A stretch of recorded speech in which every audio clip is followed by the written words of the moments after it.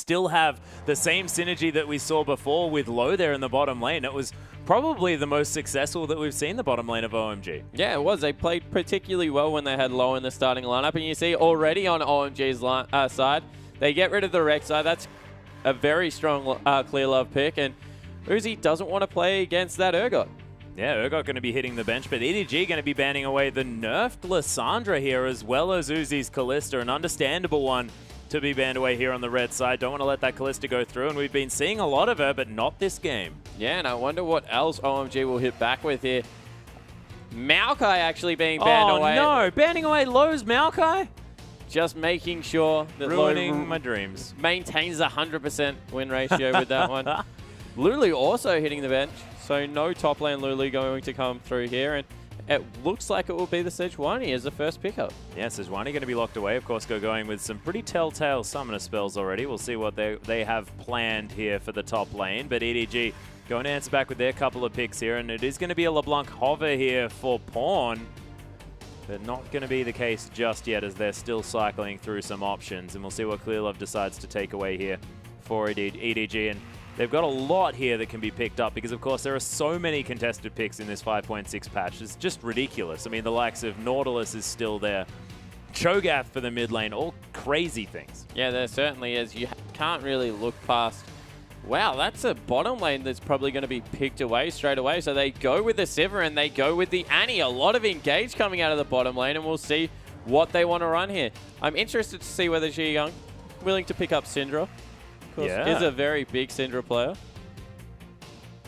But switching over between pretty standard Gangplank and LeBlanc there. So we'll see what he does decide to go with in the end. It looks pretty decided here on the LeBlanc pick, and Loveling now able to decide on what he wants to take there. And that is a Shyvana hover, so going. He's going to try his hand at the Smite top lane Shyvana, like Flandre, like Flame. Yeah, certainly going to go up into that top lane, see if he can kill as many Grumps as Flandre did. Hard deft. Just ignore it for now. And you see the LeBlanc come through. Of course, still a very strong pitch on the current pick on the current pack. Able to delete either Mako or Deft with the shorter range carries coming through there. And talking about things that aren't currently a strong pick, throw a Akali in there because she's not great. No, not at the moment. Of course, not being able to proc that mark with her auto with her E does make her a little bit less. If she couldn't do it with her auto attack, she'll be completely on. That'd probably remove her from anything possibly here, but Koro's going to be taking that Hecarim into the top lane. Very standard looking here for EDG thus far. They haven't picked up Pawn's pick yet, and Uzi straight onto the Jinx and Low. He's got the Janna, so a lot of disengage, a lot of protection for this this Jinx. Yeah, there certainly is, and they have a very beefy, threatening late-game lineup coming through here, OMG, with maybe just a little bit of support through the mid-game coming through by that LeBlanc, and we'll see exactly what the response is for EDG, because that's a very well-rounded OMG lineup right now. Looks like they're currently going with the Twisted Fate. That's a brave matchup, willing to take that one into a LeBlanc. But that's what they've decided. Yeah, Pawn looking to pick that one up. Probably wants to focus on the rest of the map, because you have to think that it's going to be very, very difficult going up against a LeBlanc. And we haven't seen Jiang here in the mid lane for quite some time, but does have a pretty decent matchup that Pawn's actually opted into. Yeah, he certainly has. And we saw Jiang play support, and he played it on point. His skill shots were really good coming through there. So from memory, teamed up with San, who was playing a lot of Graves at the time and was very successful. Graves at the time? You mean Graves forever? Yeah. Well, he wasn't playing it when he was playing top lane, Atlas. He was playing Nah. That's a good point. That is a very good point. But let's go over the lineups here, ladies and gentlemen, as He's going to take the Dragon up against the Horse, and Loveling on the Piggy here against the Yeti. Certainly is. Yeah. Yep. And if we get away from animals, we'll see LeBlanc versus Twisted Fate in the mid lane. That's a very interesting matchup for Pawn to pick into. Yeah, very interesting. Meanwhile, on the other side, it is going to be the Jinx counter pick into the Sivir that we were discussing a whole lot at the beginning of the season. And Low versus Mako here, the Janna versus the Annie, and it's engage versus disengage here on the bottom side. Yeah, it certainly is. They want to use their superior range to really poke the Sivir out of the lane. Uzi wants to take it to Deft in a counter pick, People argue that it's not really that much so until you get some AD, but you throw a Janna support in there and you get AD from level 1. Yep, no problem there at all. Of course, Eye of the Storm, a pretty decent tool there in order to really buff up your AD carry, and Uzi is going to have all the tools that he needs. But ladies and gentlemen, let's hop onto the Rift and see how this one goes.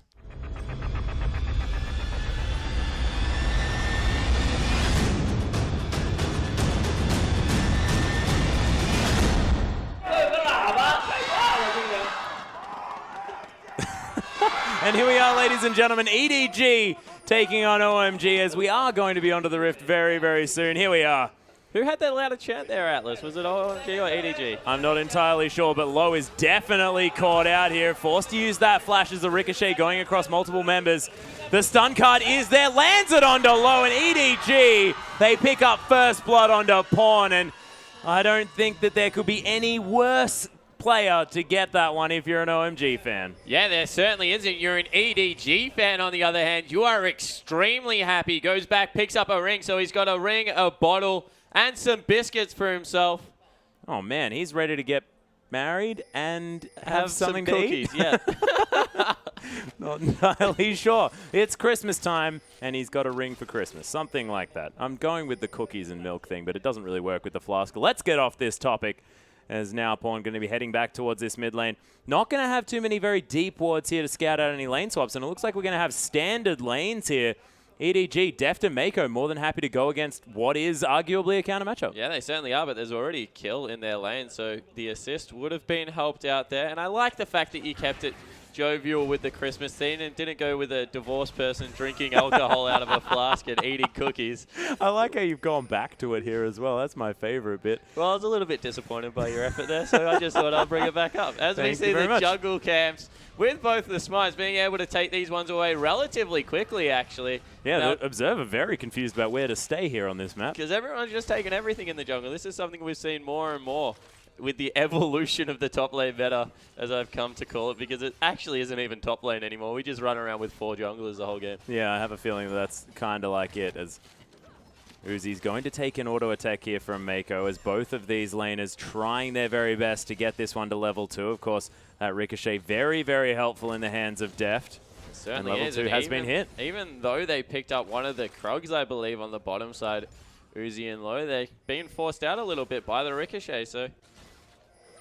And you can see already, I mean, Deft able to clear out that whole wave before the other one gets to the turret. And that good shield from Low. Yeah, really nice shield. Low's shield timing has actually been really strong. And Uzi, that farming under the turret, stunning. It's really hard to get last hits on creeps with Zap, because that thing is so delayed. I talk about last hitting under turret a little bit too much now. No, I like it. It's probably one of my... It's relaxing. It's like watching a waterfall. Yeah, it's beautiful. Pawn actually going to lock a gold card here, looking to try and pressure Jiang. Just making sure he can't dive in with the W there. Gold card has great zoning potential in the mid lane, so that's all Pawn's using it for. Of course, also wants to be a cowboy, so rocking that skin at the moment.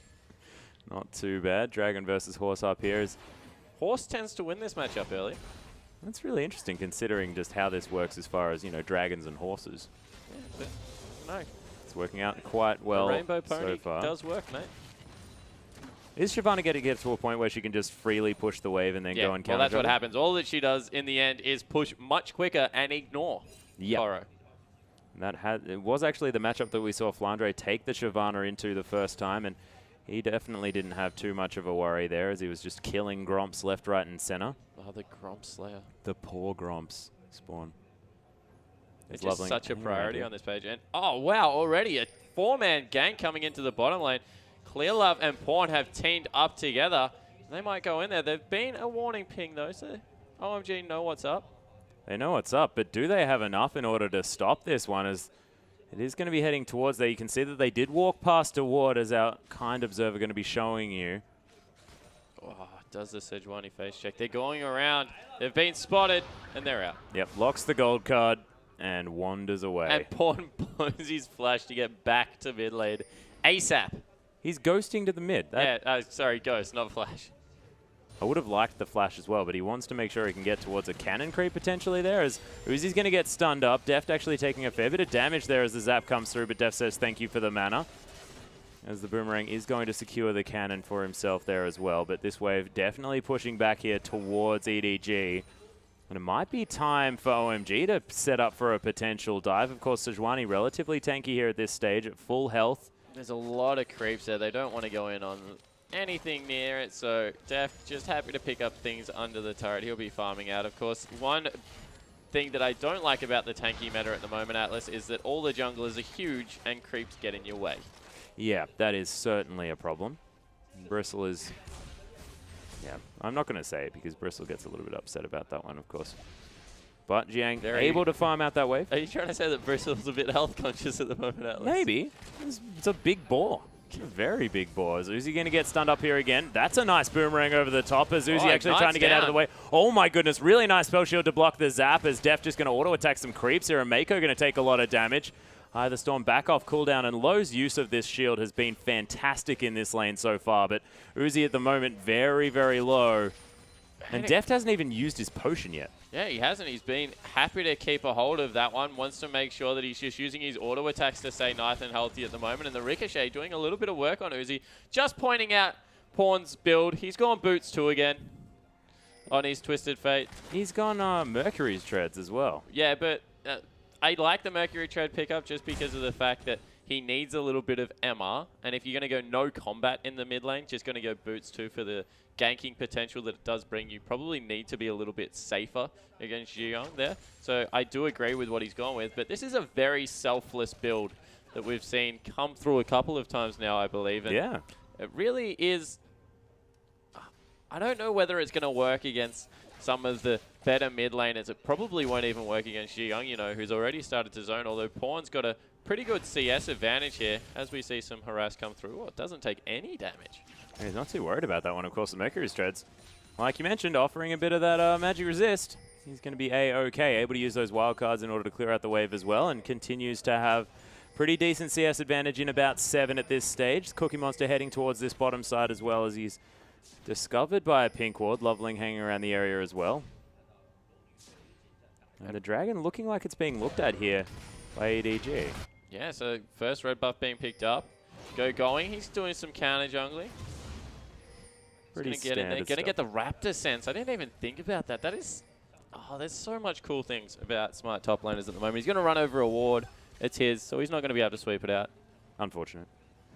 Actually just scouting about this jungle here just to make sure that there's no vision. And you're right. It's sort of like having a scanner that goes off only when you need it. As Koro is actually going to find going here. Of course, Dragon's Descent is available as well as the Onslaught of Shadows.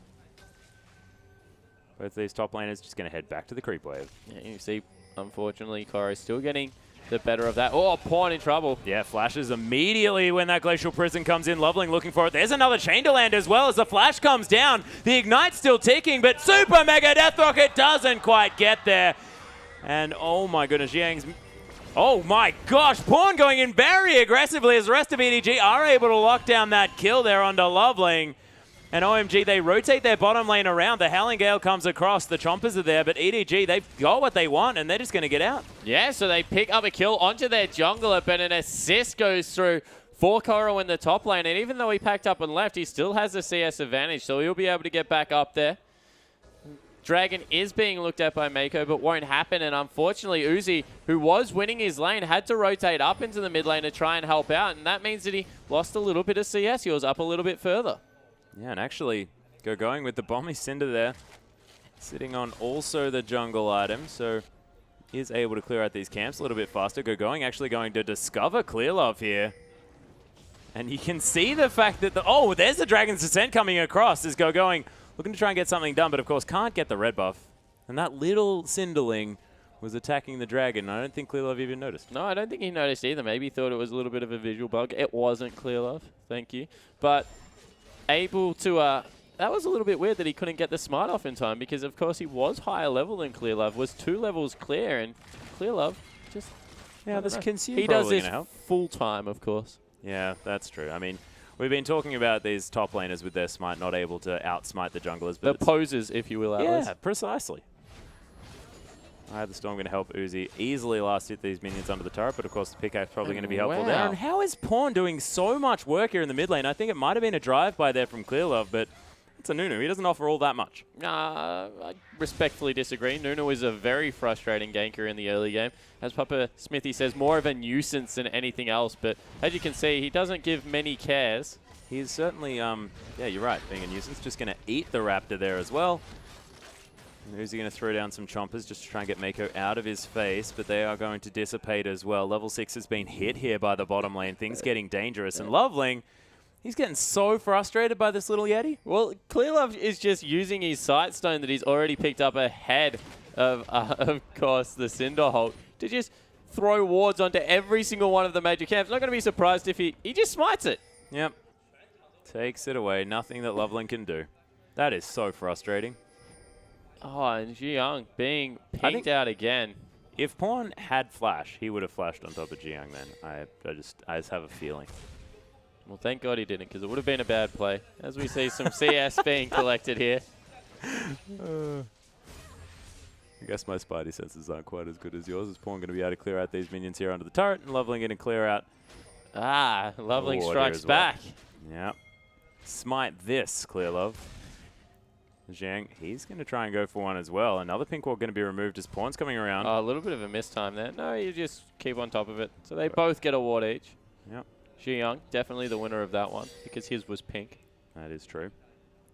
A little bit of extra auto attacks needed as well to take that one down, as Pawn going to head back towards this mid lane, continuing to have quite a CS advantage, as these blue buffs are going to be respawning relatively soon as well. And Dragon hasn't even been looked at yet, Atlas. It's 12 no minutes into the game, one of the later ones, but even more surprising, a 2,000 gold lead has been collected for EDG in a very neutral early game. They picked up a couple of early kills. They've also got CS advantages in every lane except for bottom. Doing a fantastic job of, I guess, controlling this early game.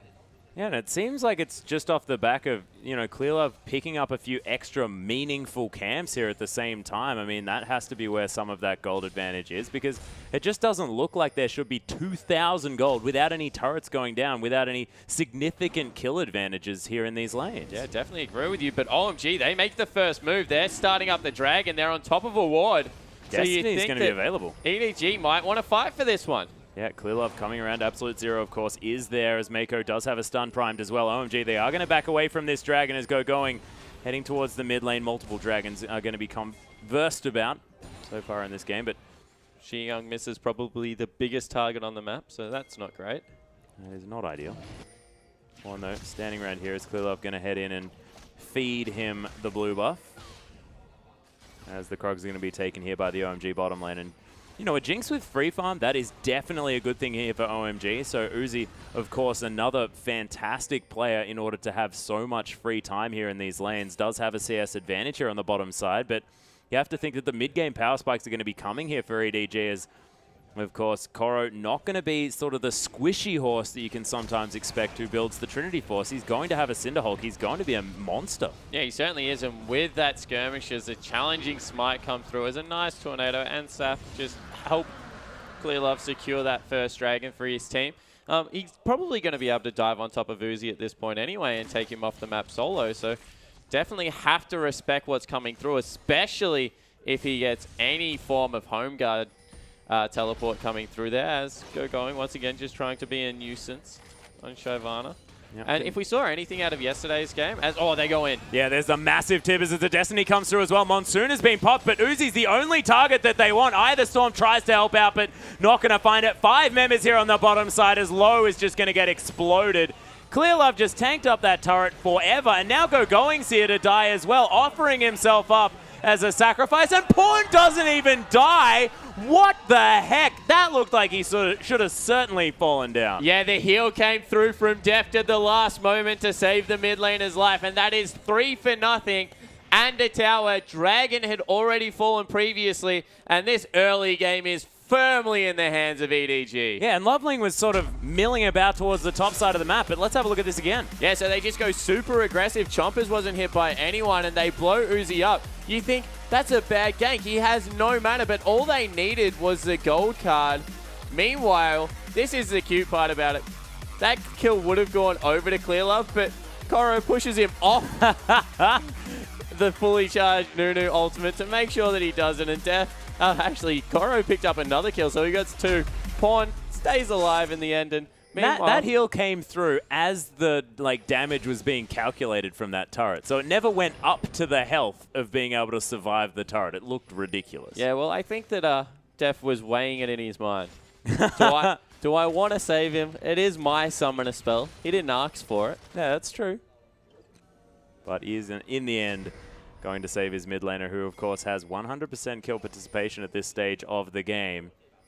The 5 kills there. Only one of those kills actually going to himself, of course, that first blood, but has been able to facilitate a lot of the work done here. As he's actually opted for Athene's Unholy Grail? That's the one. I don't know how I forgot that name. It's my favorite item to build at the moment, but a lot of magic resist there in the mid lane. Yeah, it certainly isn't. You have to respect it. Shyvana at this point of the game, all magic damage. Lovely. He's going to be magic damage for all of the game as well, not to mention Ziyang there in the mid lane, so have to agree with the build. It's only really Uzi you have to worry about. You'll incidentally pick up, of course, that Zhonya's Hourglass late game to deal with that, so I think that he's onto something with this build. Yeah, and of course, if you lock in a gold card and then Destiny and you just use that on the Jinx, then you don't need to worry about any of the physical damage that's coming through because the Jinx is dead. Well, let's not get ahead of ourselves. I don't think he can one-shot her with a gold card yet. Oh, you know, but the rest of the team's going to be there. Ah, okay. You know? That was my thinking.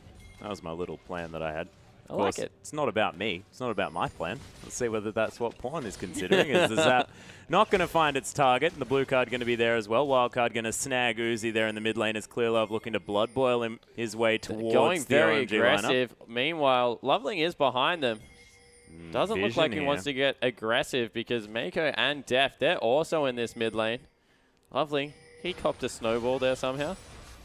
Yeah, Mako actually in a bit of trouble here. There's the Glacial Prison to come through. Mako gets deleted, but the Super Mega Death Rocket going wide. Destiny's here as Pawn looking for an opportunity to go in. Does land the gold card onto Uzi, but going there in the back line as Deft and Pawn getting zoned completely. This Dragon is an absolute monster. She ain't going to be able to clean up Deft. The double kill to come through. Koro now finds himself in a very uncomfortable position.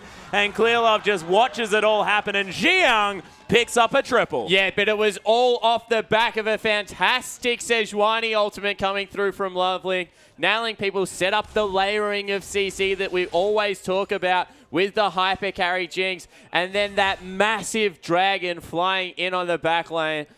If anyone's going to love the current meta, Atlas, you feel it is going to be OMG's top laner. Going has been waiting for the carries to come back all season long. And it's not even, like, you don't need to be building a Vampiric Scepter on a Shyvana in general, but he's going to pick it up, of course, just allows him to counter jungle without losing any health ever. Yeah, exactly right. Also could go towards a Blade of the Ruined King to help him get squishy. Of course, Death, a very short-range carry, so won't be able to deal with a Blade of the Ruined King coming through from Shyvana. All the movement speed up. Do you get extra movement speed back from the Blade of the Ruined King if she's popped on the hunt? Yeah, of course you do. That's cool. That's really cool. I like the synergy there, but it is going to be Koro going for the Trinity Force here in response. Yeah, it certainly is. And Koro, he's looking to get aggressive. Of course, Phage synergizes very well with the Cinderhulk pickup there. Gives you a little bit of extra bang for buck if you want to get that going there. And we see blue buff was picked up by Pawn, so he's going to run back into his lane. But EDG, they gave away some of their early aggression. Yeah, and this tower is definitely going to go down here as well. OMG pick up their favorite tower in the game.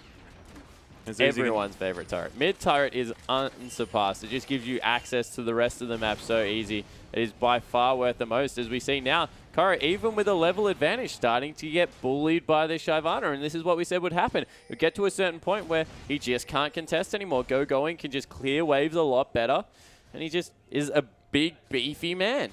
Yeah, and you can also clear waves whilst focusing all of your attentions and auto attacks onto Koro here. So he's even going to go the dirty farming. Look at him. He's in between turrets. Is he going to go up there? No, he doesn't. It's the dragon singed. But OMG just rotating around this map, using that minigun to great effect to take down all of these turrets. You have to think that the top lane going to be the next option, but they're shoving in pretty hard here on the bottom side.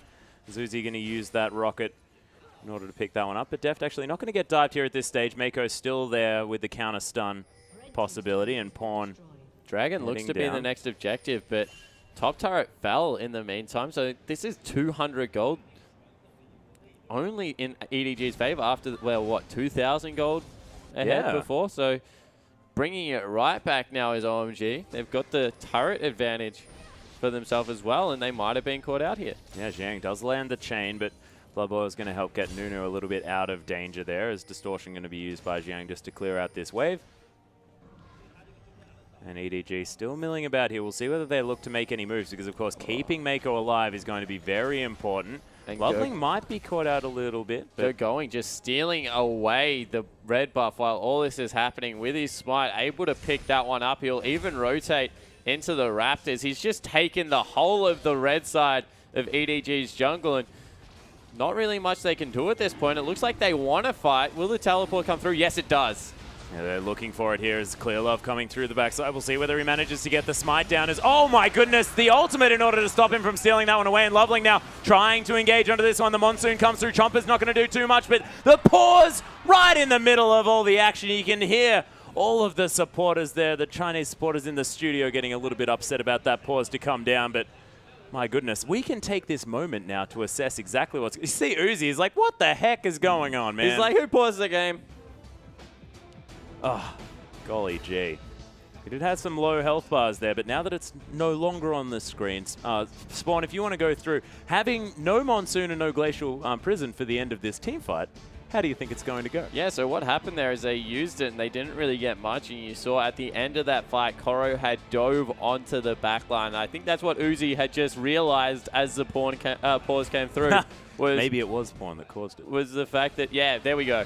Yep, we're back into this one as well as Xiang. He's going to fall down. Def picks up that kill as well as there's that Destiny over the backside, and EDG just roll over the team fight. Going, the only man standing, manages to get out of there alive, but EDG quickly reaffirm that 2,000 gold lead. Yeah, they certainly do. They will even be able to push in and grab. No, they're going for the Baron. What an aggressive early game move. Of course, teleport still is available, but with 5 seconds on the jungler, they might be able to get it done. Hey, and Tibbers' uptime is massive as well. The Bear going to be able to tank up this Baron at the same time. Clearlove, he can eat chunks out of it if he wants to, is going.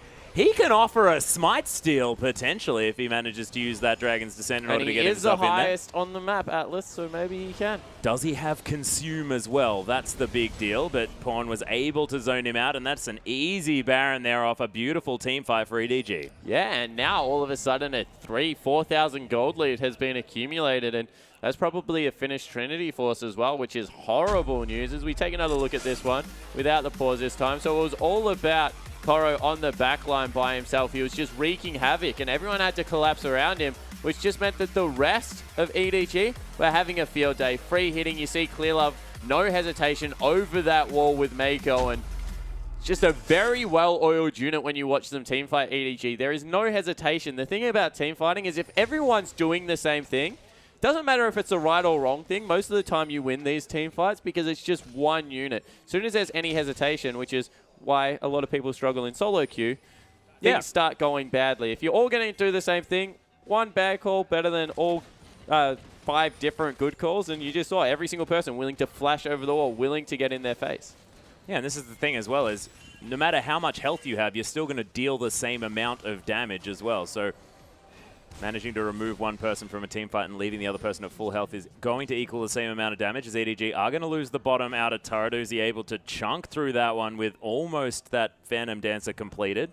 Yeah, the Archer build has actually come through here from Death. Interesting. Wants to be able to get a lot of work done before the team fight even starts by chunking people out with that Boomerang Blade and counting on the Ricochet for a little bit of auto attack reset. You have to think here. So I like the pickup there. It's very cost efficient.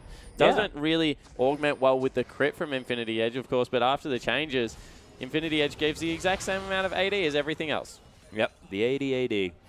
Is it 80? I think it's something like that. 80. It's a large number, irrespective. Loveling is going to find the ultimate here on a Clearlove. Probably not the target they want, and Deft is just going to destroy him. Pawn's going to use the Zhonya's Hourglass, but may find himself now in an uncomfortable position.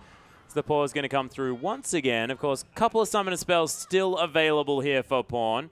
And so I think that's a Shyvana on the top side of the fight. I can't tell for certain. Yeah, Pawn's just like, I'm golden, guys. It's fine. Don't you worry. It's the longest Zhonya's that we've had ever. It is. Yeah. Yep, not going to argue with that. I definitely haven't counted any others, so. No, it's true.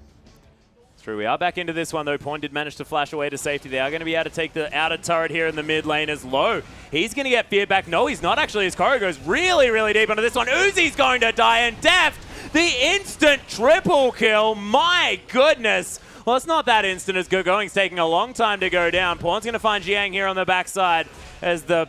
Oh, my goodness, he's in a lot of trouble. Mako, oh, wildcard almost landing there. Clear Love being annoying, and the ace is going to get completed here from Pawn.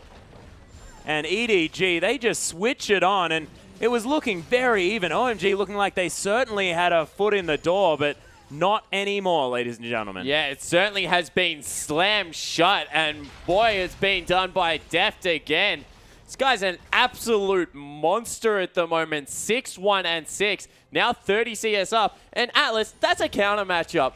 Jinx should be able to do all kinds of good things in that lane. Was never able to really get ahead. You have to think it's a lot to do with Mako on Annie, and I just don't understand how he gets it. He's shown time and time again that this is his best support champion. Yeah, the thing that's ridiculous, though, is that Deft didn't look like he was really doing anything special at all until these sort of mid-game skirmishes. Mid-game teamfights broke out. That on the hunt, get him a whole lot of assist gold, picks up the Infinity Edge Last Whisper, and starts wrecking these fights with the Ricochet. Yeah, exactly right. So able to get in there and really do great things. Now finished up the Phantom Dancer, so he's got 4 items and only 25 minutes in the game. And it's not like he's gone a static shift build. This is all out on the late game, so Deft is going to be terrifying no matter when it is. And all of a sudden, that Blade of the Ruined King pickup doesn't look so great on an 0-2-3 going. Yeah, and the thing that I really love about this one as well is you were mentioning the fact that he went for the sort of pseudo-archer build by picking up the Last Whisper early with just the Zeal for attack speed.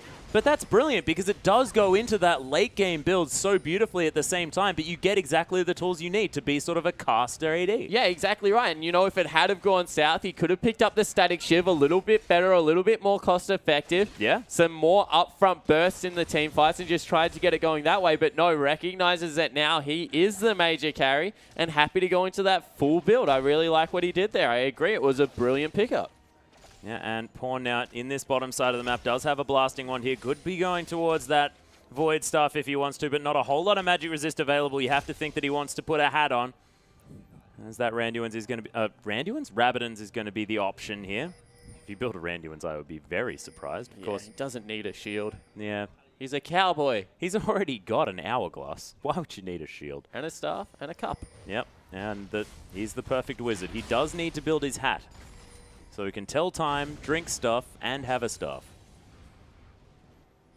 And do it in the sun whilst remaining safe, of course. But Jiang going to get caught there by a little bit of a... and wow. Oh, dear. Ji Young. A little bit of a misplay there. Wasn't made to pay for it, though, so that's fine. They'll back away from that one. Clear Love's only form of anything to hit an enemy with was on cooldown. Unfortunately.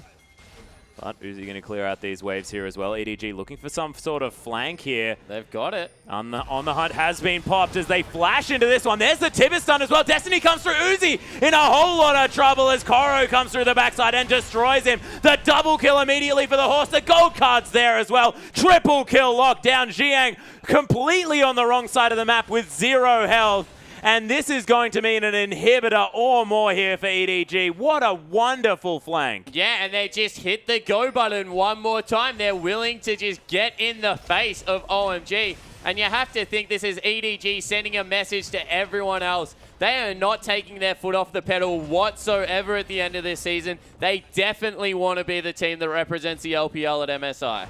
And they're certainly looking like that team as well. And I don't know who's going to be able to take games off these guys. They are looking unstoppable, irrespective of what they pick up. Pawn looks like he can play any champion ever and still look like an absolute god there in the mid lane. And Clear Love 1-0 and 13, by the way. Let's have a look at this one again. Yeah, so they teleport to the bottom side of the lane. That's very important to watch because that means that they can't retreat that way and then just fly over the tanks into the backline. That's why Pawn and Koro such good dive buddies because they don't care that Sejuani's there. They're just happy to jump over her and completely destroy Uzi. After that, it's really just cleanup duty because no one can challenge Deft at the moment. Yeah, and Koro there with the Skirmisher's Saber as well, just launches himself into the backline, skirmishes on whoever he wants. I think that, you know, Uzi was already dead at that stage, so wasn't all that necessary. But now that he has the Spirit Visage, almost has the Frozen Heart completed as well.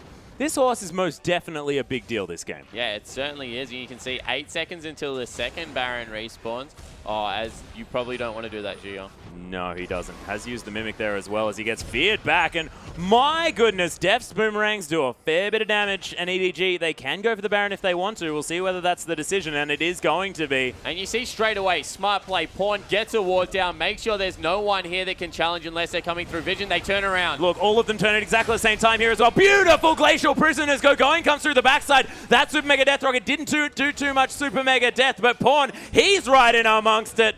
They managed to get at least going there, but Pawn, I don't quite know where he was destinying to. He tried to get onto the back line, recognized that Going was dead. There was nothing that could stop his port, so him and Def straight away turned around, left it up to everyone else to take out Going. We're looking for more kills, but that's the surrender vote coming through, and wow, in 29 minutes, EDG absolutely destroy OMG. Yeah, and I mean, that was a massive gold lead, of course, there for EDG, but they hadn't broken through the base. OMG not wanting to play that one out at all, and maybe a little bit premature there on the surrender. No, I definitely don't think. 2 Barons, and we're so far ahead. Def was wrecking people.